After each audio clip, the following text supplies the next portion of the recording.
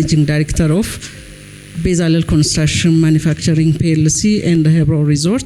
And also I'm working as an advisor for Family Business Forum. And as a first generation, I'm committed for family business for continuation and sustainability. That's why I'm here. Thank you. Good afternoon, Talahun, CEO of the Ethiopian Securities Exchange. Thanks. Thank you. Burhani Demsey, co-founder and managing partner of Ethiopian Capital, which is a private equity company based in Ethiopia. Thank you. Good morning. Beza Hailu with the IFC. Okay, thank you very much. Let me just start the question with you, Mr.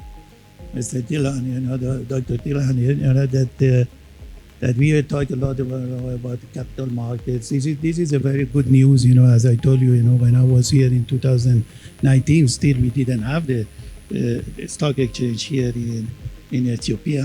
That's fantastic news that now we have a stock exchange. And let me ask you, what should Ethiopian family business, list themselves on the stock exchange? Why you think that it could, in what sense, from what dimension, what angle it could help them to achieve some of these challenges, that it was mentioned, especially as a result of the survey by HST. Thank you, Professor. So I'll take that as a two-part question, which is, one, what should family, perhaps the other way around, how should capital markets and stock exchanges look into family-owned businesses?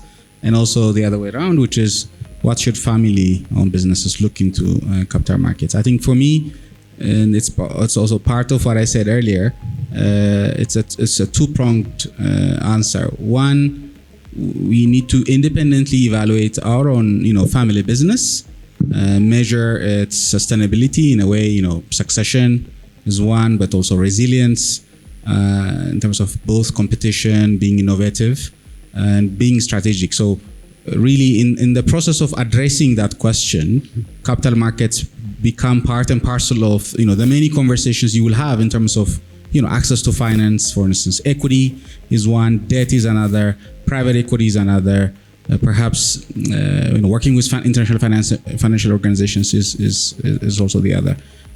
But there are common homeworks that need to be done to be perhaps be ready to have this conversation with any one of these financial agencies or alternatives.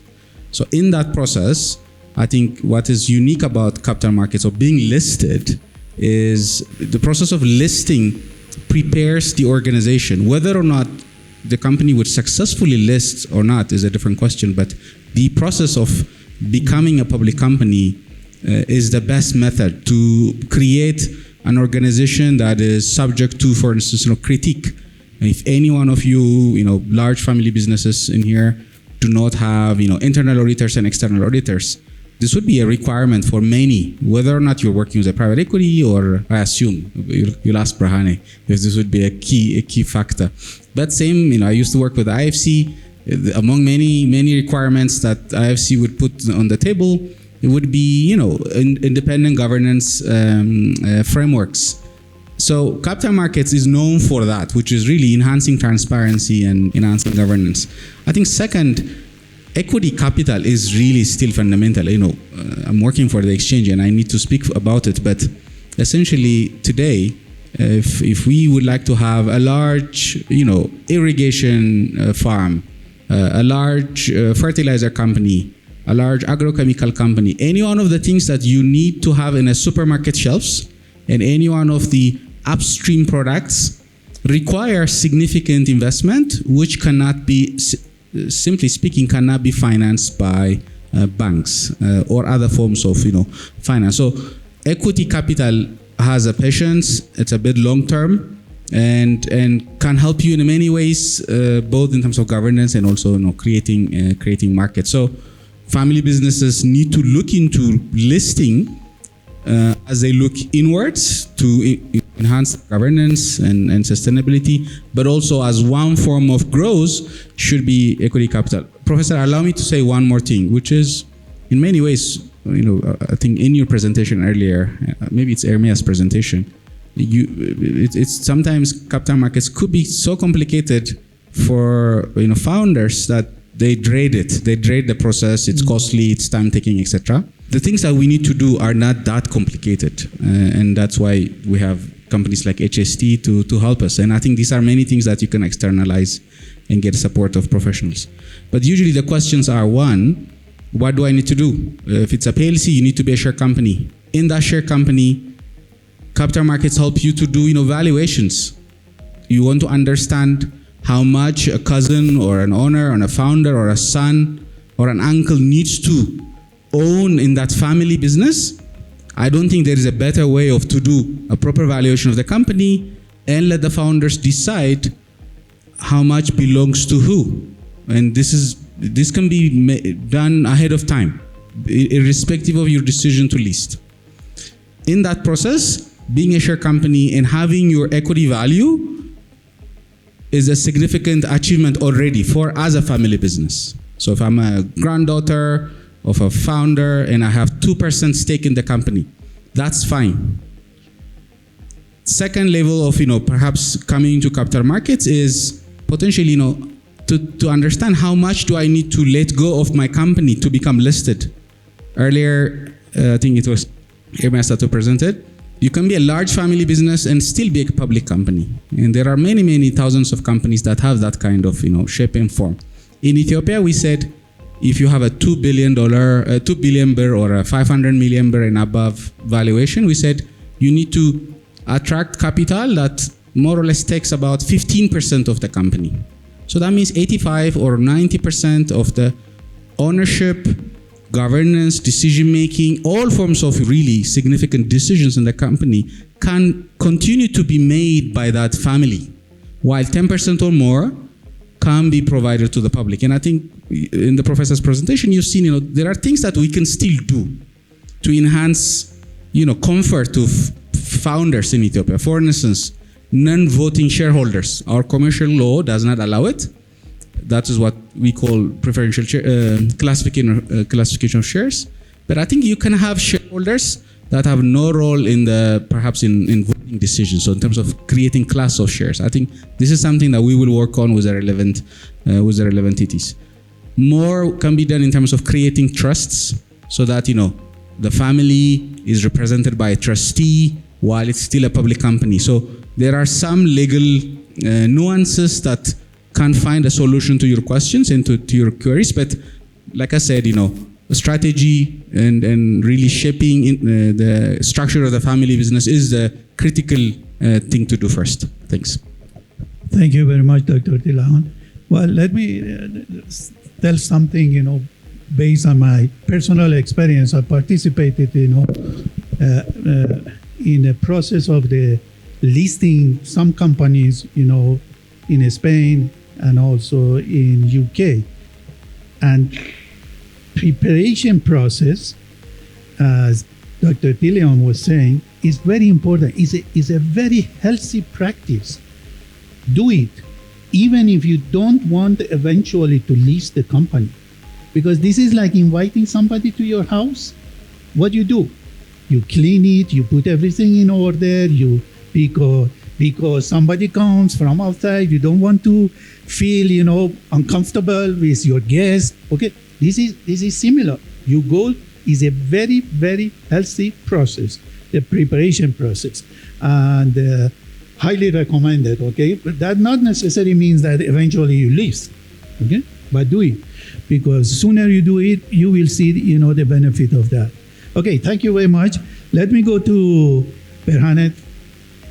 You are representing here, the equity funds. Okay, we know that the equity funds usually, in order to invest in a family business or in a business, you're looking for a very strong corporate governance, okay, in place, control system, okay, and also, the financial transparency. Okay, these are these are, let's say, major part of your requirement in order to be partner of a business. So in context of Ethiopia, based on your experience, what are the qualities that you're looking for in family businesses in order to proposing them a partnership, as a private equity? Thank you. Okay, thank you.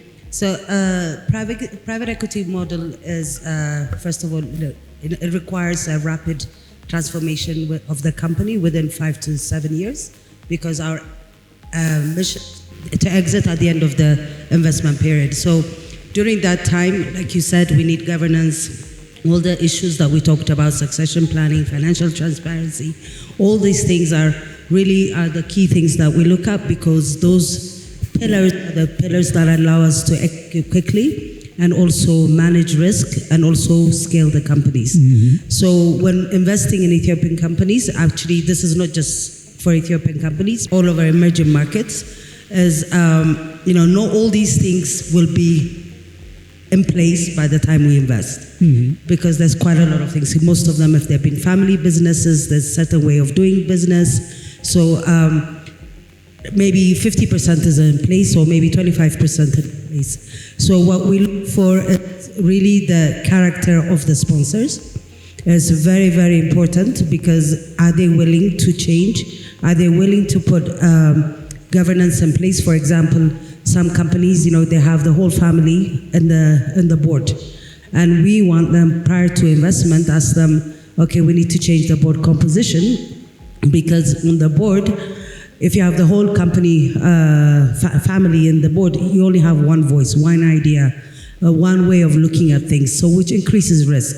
And also we ask them to have gender balance on the board, which is another way of risk management for the company. So what we look for is all these pillars that we talked about, and really the character. Are they willing to change? Are they willing to have a sustainable company even after we exit or not? So really it's dependent on the sponsors. Private equity is not for everybody.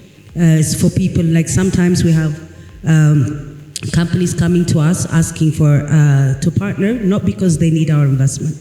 It's because we put in all these governance structures, succession planning, financial transparency, and they feel that they've taken the company to a level that they can, and they want to go further up. So with that, they need all this sustainability pillar to make the company grow. So we look for all these things, the way they even allocate capital, because some companies, family businesses all across Africa, not just Ethiopia, is like they want to do this business that are not related at all. So capital allocation is something that we really look at, and we try to invest in companies that really is the core for them, because then they'll be completely the focus and the strategy of growth is just dispersed. So one of the key things we look at is how the family business are focused and growing and winning in that sector. Okay, thank you very much. I like very much that you say the character of the founder of founders, is That's a the key. very key. Yes. Yes. Yeah. Yes. Okay. Well, thank you very much, Hannah. You are an entrepreneur. You are in a capital-intensive business. Okay.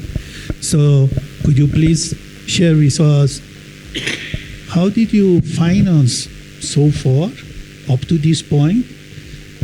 What was the challenges, constraints, barriers that you faced, when you were going to funding your capital-intensive business, and how did you get around it? Okay, thank you, Professor. In Ethiopia, as it was mentioned earlier, business practice tend to be quite similar. Whether it's a family business or other, it's almost similar. The challenge is raising finance. Mainly Ethiopian family business or other businesses, it was mentioned earlier by Ato Solomon. The most source of financing is internal source, including retained earnings, dividend, and family saving or personal saving. Additionally, they also depend on informal external source, not formal, informal external sources, such as borrowing from family, borrowing from friends, and sometimes also borrowing between sister companies. There are some well-organized or well-informed companies which has access to bank loan and finance their company by borrowing from bank. Coming back to my business, I also did the same thing, especially on almost more than 20 years that I'm in business. My first companies was financed by returned earning and dividend and saving, and also dividends from other shareholdings. But recently I have one big project, and it was 60% of the investment is financed by bank. Just to share one of specific example of mine, during the COVID season, especially after COVID, what we call it COVID pandemic, that affected the business environment. Also, my company was affected, or there was a financial difficulty. At that time, I was a member of one club called FCBC, Female CEO Breakfast Club, which is networking is very important in business, especially the informal one helps a lot. So I was member of that club, a club organized by female CEOs, businesswomen, to share information and help each other for mutual benefits. So I was part of that club, and one of our members shared that she wants to go to a new business, so that she wants to rent out her factory. So I said that, is it possible to rent out a factory and solve financial difficulties? So I start to look for a partner. I went through a lot of processes, but I found out, luckily enough, I found out a suitable partner and entered into partnership agreement, which solved my financial constraint. And also it gave me a chance to go to a new venture or to focus on my new project. Actually, it's not easy to reach into this partnership agreement. You need a very, very good technical support or technical advice, especially from your lawyer, from your internal and external auditor. Also, you have to look into the government regulation requirements so that you can put things in place earlier. I always look for technical advice. It's very important, because information shortage is one of the problems in the business community in this country. So it's very good to get advice. So that was the one solved my problem. Thank you very much. Thank you. Okay. Well,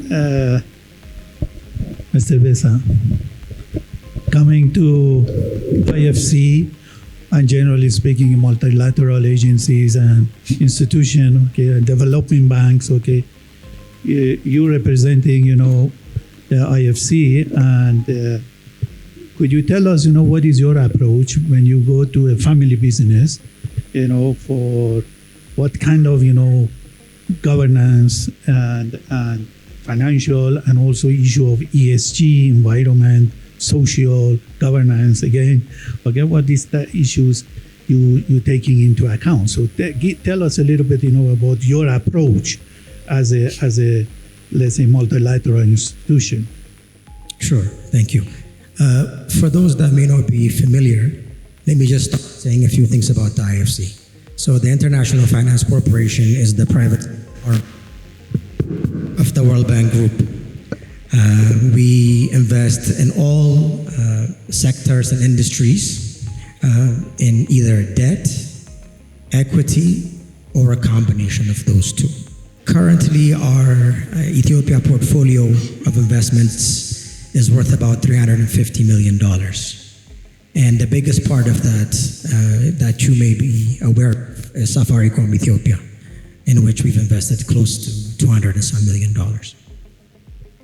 So when I mention Safaricom, there's a tendency to believe that IFC actually only invests in large multinational type of institutions and companies. But actually, across the world, 50% of our investments are in family-owned businesses. So that's a big part of our portfolio. We operate in emerging markets, obviously, and as I mentioned, we're a development finance institution. Keyword there being development. So we're not there to push out, crowd out local commercial banks, but to complement financing opportunities in areas that have large developmental impact, but in certain cases may be too risky, or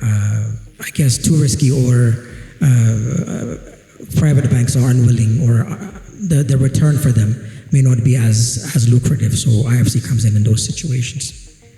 And go to the second part of your question about how we approach investments. Typically, we operate more or less like a commercial bank. We have a minimum ticket size that we look for. That number is flexible, it's not hard set. But we have a sort of baseline that we look at. We go through your financial statements. As Brani said, we look at who the sponsor is, who the client is, get to know our client. And then based on those parameters and what the project is that you like to be financed, then we proceed with the investment or not. So in terms of projects, it's very much similar to most of the commercial banks. But the key thing is that project has to have a clearly measurable developmental impact. So this could be employment creation. This could be sourcing from, if it's an agribusiness, for instance, sourcing from smallholder farmers. It could be a positive environmental impact. Those things have to be there, and they have to be measurable.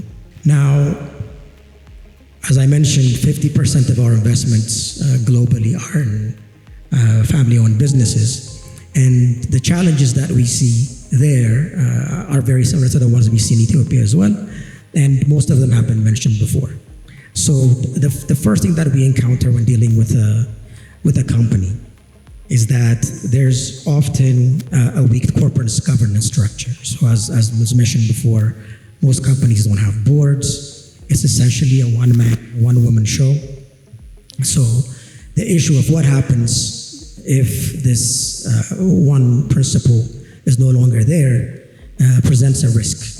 And to mitigate that risk, we have several products and services that we provide, but that's the main thing we see.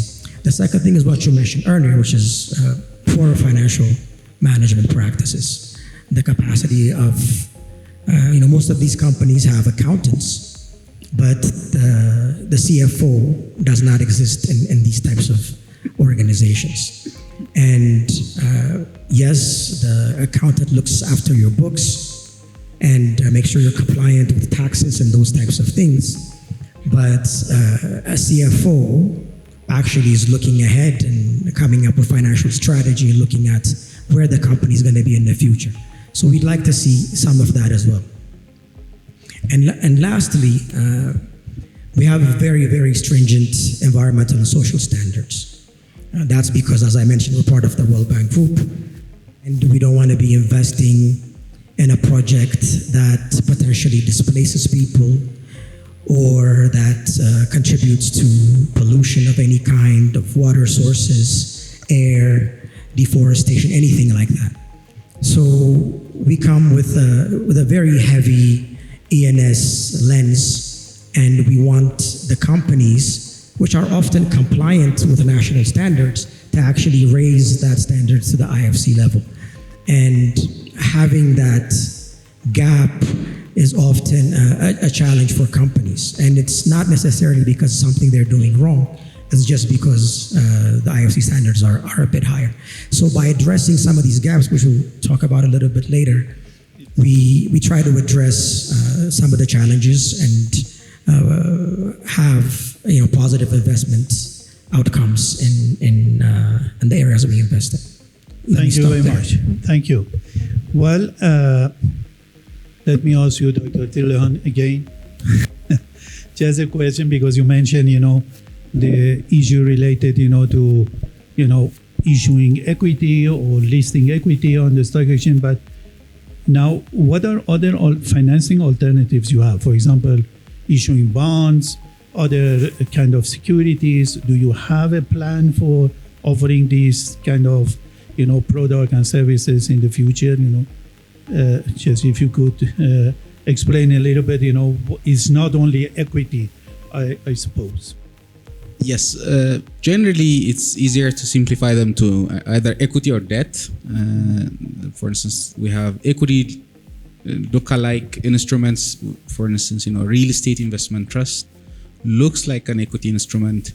Investors earn so in a form of dividend or an income, profits from a leased building. For instance, if you're a construction company and you have a difficulty selling a couple of blocks, what you could do is to say 20% of this blocks I'm selling as a REIT, and the shareholders of that REIT earn income from the rent out, from the lease of those 20% of the property, while you still own 80% of the blocks as a real estate. So typically this is an equity look-alike.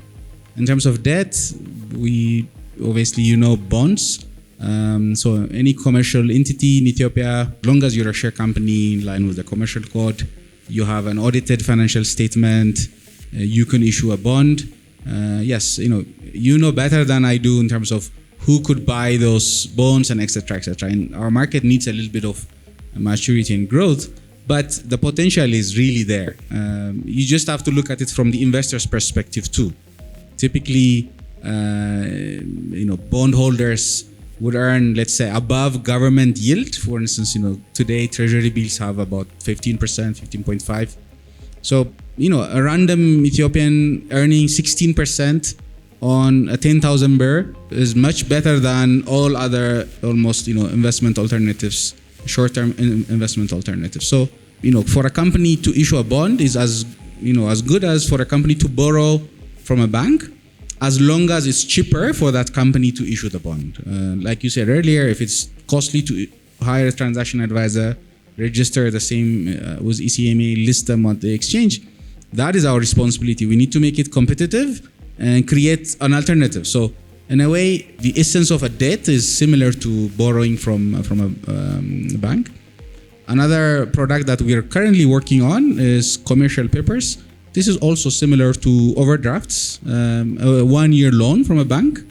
I don't know how long it takes you to borrow from a bank, for instance, 500 million birr for, let's say, 10 months. I don't know, to buy inputs and etc.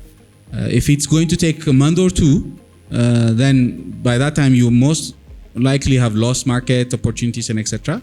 But usually we've seen markets where CP commercial papers have been able to be offered to the market in a very short period of time. Pension funds, other corporate individuals, and money market funds, things that we haven't seen yet in Ethiopia but will come gradually. Fixed income funds and money market funds will buy into this commercial paper. So most likely your ability to borrow from a market at a lower rate compared to probably a bank finance, etc., may be there. But like I said, all these instruments are in spectrum of timeline, maturity, and also in terms of cost of issuing them and marketing them. Thanks. Thank you very much. Thank you very much. Mrs. Berhane, just, your family businesses, there is a deep and a strong attachment, emotional attachment, between the family and the founder or the business.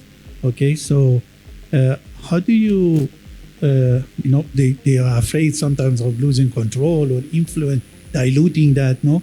So how do you handle this concern when you go to a family business as a private equity?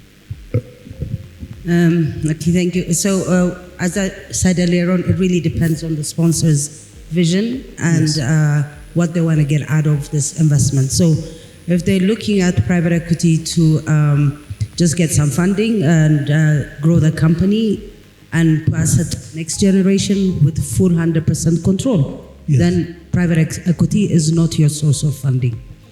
Private equity, what it tries is you invest, grow the company, and then you exit. So when we exit, we either sell it back to the sponsors or we list or we sell it to a strategic investor. And our need to exit is because we have to return capital to the investors with some return. So if the alignment is there from the beginning, and this is what they want, and it really puts a lot of pressure on us in selecting the partners that are aligned with us, because you don't usually get it right. At first, they might think it's a great idea, but when it's 5 years down the line, they might not want to sell or buy you back. So the control is really a test of alignment for us. You know, that one of the advantages we have is we're a minority investors. So the operational control is still with the family, but we have certain reserve rights saying if you're making these decisions, we have to say okay as well. And those decisions would be like, for example, to borrow more than what the company needs. Like, it really changes the fundamentals of our agreement of investing, or if they want to change the shareholder agreements. So all these basic things, we want to say okay, but operationally they run that, but we stay in the board for governance and try to do that. So how we convince them is really, what is your vision for this company? And if our vision is not aligned, it then becomes very, very important. So vision alignment. And then really, some companies, as I mentioned earlier, they don't come for just the money. They want to build in all these pillars. So, you know, there's a famous saying in private equity that is 10% of owning an elephant is much bigger than 100% of a mouse. So to do that, you have to lose control. Like you cannot have, and having one mind, one group of people just making a decision to grow the company becomes very difficult after a certain level. So if you want to scale and go to the next, you know, it becomes very high. And then at time of exit, you know, somebody comes and offers, for example, you know, 3 birr per share, and the sponsors will say, no, I want to continue to control this company, and 3 birr is too expensive. I mean, it's too expensive for me to buy you. So we say to them, oh, if you think it's expensive, everything has a price. Then sell it, because you're making a lot more money than what you think is worth. So really, it's all about where you see your company in the next 5-6 years, and then hopefully the ideal route is after private equity, they go to public listing. Okay, thank you very much. This is Hannah. You know, you are the only entrepreneur, owner, founder here, manager. Okay, so tell us, how did you, you know, the issue of corporate governance? What did you, you know, how did you handle this issue, you know, at your business? Okay, thank you. Actually, when I start business, or when as a family we start business, we didn't come from business background. It was a new venture, and it looks easy when you start it. So when you know better, you do better. Initially, I didn't take into consideration that corporate governance or putting a structure and system at first. I thought it was not essential, and I can do it later. So it cost me a lot, and I learned from that. So on my recent business or recent project, I make sure that everything is in place. So I hired a professional consultant to put the proper structure, proper system, and everything in place. So now it will be better on my. That one I learned hardly with a little more cost. So for the current business, I did the right thing. I believe that I did the right thing. So corporate governance is very important, not only for more than the private other businesses, for family business, because a lot of complication is in family business. So putting the right structure, the appropriate system, and proper control, transparency is very important in family business. The other thing in family business, the most difficult thing is putting line between managing a family and managing the business. So small household issues can affect the business, has a great impact on the business or on managing the business. So putting the proper governance system in place is very important for family business more than the other businesses. Thank you. Thank you very much. Mr. Besa, you mentioned, that besides providing, funding, also you provide technical advisory and services to family businesses. So could you tell us, how this thing works and how it could help them to have better access to the financial institution, capital markets, okay? Could you please just explain a little bit? Yeah? So I believe that's the main thing that makes IFC different compared to other development financial institutions. We understand that finance alone is not sufficient to get businesses from point A to point B in the kind of markets we operate in. So we have, along with the financing, which is our core business, we have a very, very strong and robust technical assistance business, or advisory, we call it, advisory services. And we use our advisory services in two ways primarily. One is to prepare potential investees for financing, so early stage development. And the second one is to complement companies we actually invest in to address very specific gaps that they have to be able to be successful. And this advisory services span across various areas. So we address some of the things that we discussed already in terms of, okay, you don't have a very robust corporate governance structure, analysis, and then based on that, we make very specific action points and recommendations to you that would allow you to establish that system. On financial management, we do a very similar thing where we evaluate your system. Where are the gaps? Is it an information systems that you lack? Compliance with global reporting standards? Whatever it is that the company is missing in those areas, we provide support through our advisory services. But we also span our advisory services in other areas. For instance, let's say you're an agribusiness, you're a dairy, we invest in a dairy company, and the dairy company has to source milk from farmers, but the quality and the quantity of milk that they receive is not, or meets their requirements. So we provide supply chain related advisory services. We go all the way down to the farmer level, train farmers on productivity practices, aggregation, et cetera, in a way to help our client access anything that the client needs to be able to be successful. So, and then this is also on the environmental and social side as well. If there are any gaps that we observe, we try to work with the company to make the company compliant. And if I may, use this opportunity as a business development opportunity, we have an event on Thursday at the Skylight Hotel where we share our IFC's environmental and social and governance standards to interested companies. And if any of you are interested in attending that, come talk to me after the event, and we can arrange for you to take part in that event. Thank you very much. Well, we have sometimes, for Q&A. If you have any question, you can directly pose to any member of the panel. And they told me that we are a little bit, running out of our scheduled time. So any question? Yes, please. I can. Yeah, two. Okay, two so far. So go ahead. Yes, please. Morning. Hi, everyone. My name is Linda, and I am from Garanco.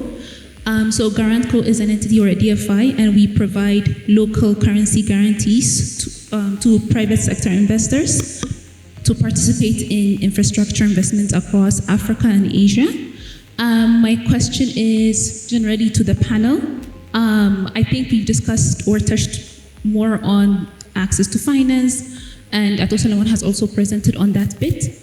My question is on, prior to this access to financing, on the part of having bankable projects, because for any financier to participate in these projects or supporting family businesses, the big question that I have is, are there bankable projects? And I think Dr. Talaun has touched upon on all the different capital market products that you guys are working on, which is very long-term and great.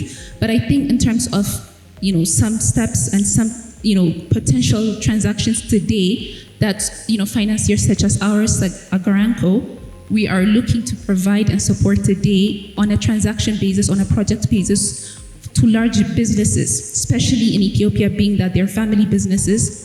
The bankability of projects and the bankability of transactions is a huge question. So as we are planning to see, long-term financing and long-term preparation, what are some of the, bankable projects that we can, look to support? And I would, open this question up to everybody in the audience as well, because, long-term is great, but, what about now? And I think it also brings me into the second question I have is, from your experience, I would love to learn from everyone, what are some of the, again, actionable steps that you would like to see from institutions such as ours who are willing and helping to support, local currency borrowing into large infrastructure projects across, because we work across on broad spectrum across Africa. What, support, what, actionable steps would you like to see? I think those are my two big questions, and I would love to learn from your experience or to connect with anyone in the audience afterwards. Thank you. Thank you. Thank you very much. Any of the panel members would you like to? Okay, let's take the second question. It is something related, yes? Thank you very much. My name is Samuel from Gatas International. Thank you. My question is for Dr. Talaun, and I have two questions actually. One of the experiences we had, because you touched upon post in terms of registration. So as we are processing under process for registration, mandatory registration, one thing we noticed is that the cost of registration is very high, and there's no standard pricing between the different parties that we got involved with. So is the agency working to standardize this, or is this going to be a high cost in terms of having to list or register going forward? So because I want you to elaborate on that, because that's one thing that we noticed going forward. And my other question that I have is for Mr. Beza from IFC, is that as we look forward to engaging with your institutions, we are anticipating to see whether a local currency financing is available for local businesses like ours. So if you can also address that would be wonderful. Thank you very much. Good. What? There was another question? Okay, sorry. So let's go. We are a little bit under time pressure. Here, yes, the last question. Yes, please. My name is Takasta. I am a partner at HST. In fact, I represent the T in the HST, a founder. My question goes to Berhane with regard to this equity financing. I know equity financiers make a detailed due diligence before they put their money into a company. But I want to know how much effect have you brought in the investing companies? What was the rate of success of those companies? How much of them have they actually go the next stage as per your plan, and how much of them have failed to meet the requirements? Participants here want to know, the change that you bring to them by putting money into those companies. Thank you. Thank you very much. Berhane, would you pick up this question? Then we go to two questions from Dr. Talaun. Yes. Okay, thank you. So you're right that we do a lot of detailed due diligence before investing. But in private equity, the normal ratio is about 30% of the companies fail, even though you've done all those things. And so far, we just invested our investment period, we're implementing the changes. But the success rate really depends on the type of sponsors that we have working with them. So we've got varied results so far. I would say 50% we're very successful with in terms of putting the governance structure, systems, policies in place, and sustainability plans in terms of, earlier on, if anything happens with the company, can this company sustain? So I would say 50% we're very happy, and 30% we're still on the way, and 20% we have a long way to go. Okay, thank you very much. Dr. Tilan, about that it is very expensive to list a company. That was the question. They realize now. So, do you have anything to add here? Just at least making them a little bit more feel better because they Yes. feel that you are charging them a lot. It's not, I hope it's not the exchange yet. So yes, I think one of Geta's portfolio is already a public company, and one of the things that they have to do to comply with ECMA regulations is to register their existing stake, and in that process they have to hire transaction advisors and I think independent legal advisors too. In general, I think when we started, there were not enough service providers. There were about 2-3 just 3 months ago. Now there's about 11, and I personally feel because everybody has to go through the same process, the advisors were very comfortable in the market that they have. Down the line, I think hopefully we will see there is going to be fierce competition. We already, looking at it, I've heard numbers starting from $1 million or $2 million all the way to 50, 60. So it depends. I assume it depends on what kind of company you are, and et cetera, et cetera. I think, again, a personal opinion is the whole objective of registration is also for the company to look a bit more inwards. Let us say, for instance, if you've done valuations, this is useful whether or not registration is required, whether or not listing is required. And I think for all family-owned businesses, there is a bit of cost to do it, but I think there are things you would do anyway, irrespective of being listed. Just like going through a valuation process and company organization. But I think I am considered the communist in the office. I don't like high fees because they are really prohibitive. And if you travel across Africa, that's really one vocabulary that all businesses that are trying to look at capital markets have as a concern, which is really, if it's prohibitive, it's difficult to understand. We rather go to other forms of alternative finance. So it's a concern for me, and we've always voiced this to the regulator. There is no cap, but I think the competition will get it there. For the brokers, we have a cap. So whenever a cap makes sense, we will put a cap. On the Garantco question, it's good that now facilities that support you to get easy access to debt are here, such as companies that like Garantco that sort of play a role between your creditor and you. I don't think there has been enough experience around it. For capital markets, is usually a very good tool and asset. For instance, I talked about commercial papers earlier. You issue a commercial paper without taking any collateral, and usually the investors could be a pension fund, an asset manager, or even a bank. So sometimes the collateral they look at is probably credit enhancing facilities like a guarantor that comes in between, takes fees, but provides huge value and huge services to really make the credit process efficient. I think as the market matures, companies like Garantco will get more and more business. I think it's the right time to talk to both sides, both issuers and also the investors. And I don't think you have to wait for capital markets. I'm sure banks would also be very pleased to hear you're in town and maybe forge a relationship. This is what I could say. Thank you very much. And finally, Mr. Besson, on local currency funding. Okay, so let me start with the question about are there bankable projects. So I don't have that much visibility on infrastructure because it's not my area of focus. But I work in manufacturing, agribusiness, and services, and we have a very healthy pipeline of projects. So yes, in those areas, at least that I'm aware of, there are bankable projects, which takes me to the second point about local currency financing. The short answer is on a case-by-case basis, right? So the challenge with local currency financing is that IFC is actually willing to lend in dollars and get paid back in Ethiopian birr.